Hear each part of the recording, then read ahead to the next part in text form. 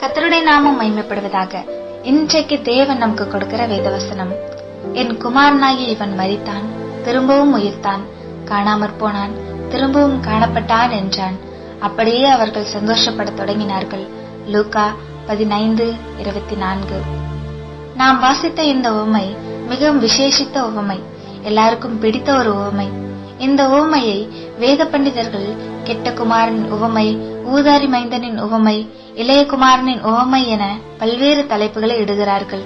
வசனம் 11-32 வரை இந்த உவமை கூறப்பட்டுள்ளது. ஒரு மனுஷனுக்கு 2 குமாரர். அதில் இளைய குமாரன் தகப்பன் மரித்து பங்கிட வேண்டிய சொத்துக்களை அதற்கு முன்பாகவே கேட்டு தகப்பனை விட்டு தூரம் போய் துன்மார்க்கமாய் வாழ்ந்து ஆஸ்தியெல்லாம் செலவழித்து குறைவுபட்டு ஒன்றுமில்லாதவனாய் பன்றிகள் மேய்க்கிற, பன்றிகள் சாப்பிடுகிற உணவு கூட அவனுக்கு கிடைக்காமல் பசியால் சாகிற போது அவன் புத்தி தெளிந்து தகப்பன் வீட்டில் வேலைக்காரருக்கு பூர்த்தியான சாப்பாடு கிடைக்கிறது, நானோ பசியினால் சாகிறேன் என்று தகப்பனிடம் எப்படி மன்னிப்பு கேட்கணும் என்று மனதிலே யோசித்து தகப்பனிடத்தில் வருகிறான்.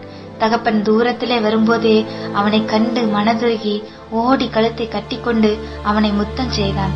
பாவ மன்னிப்பு கேட்பதற்கு முன்னமே தகப்பன் மன்னித்து அவனுக்கு உயர்ந்த வஸ்திரம், மோதிரம், பாதரட்சை, கொளுத்த கஞ்சி அடித்து விருந்து என தகப்பன் வீடு முழுவதும் சந்தோஷத்தால், நடன களிப்பினால், கீத வாத்தியத்தால் நிரம்பின.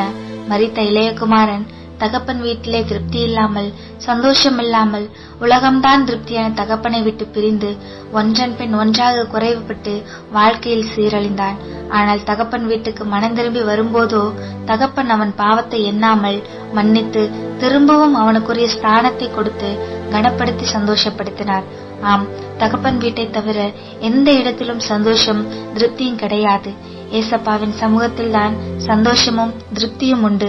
ஒருவேளை ஏசப்பாவை விட்டு போய் வேதனைகள் இருந்தால் திரும்பி அவரண்டை வாருங்கள். உங்கள் குறைவுகள் நிறைவாய் மாறும், உங்களுக்கு சந்தோஷம் உண்டாகும், இழந்ததை பெறுவீர்கள். தகப்பன் உங்களை வெறுத்து தள்ள மாட்டார், அள்ளி அணைத்துக் கொள்வார். ஆமேன். நாம் ஜெபம் செய்வோம். அன்புள்ள ஏசப்பா, தகப்பனாகி உம்முடைய வீட்டிலேதான் சந்தோஷம், சமாதானம், திருப்தி என அறிந்து உங்க உறவில் அதிகம் பலப்பட கிட்டி சேர உதவி செய்யும். யார் எங்களை கைவிட்டாலும், நான் எந்த நிலையில் இருந்தாலும் என்னை சேர்த்து அணைத்துக் கொள்ளுகிற நல்ல தகப்பன் நீர்தானப்பா.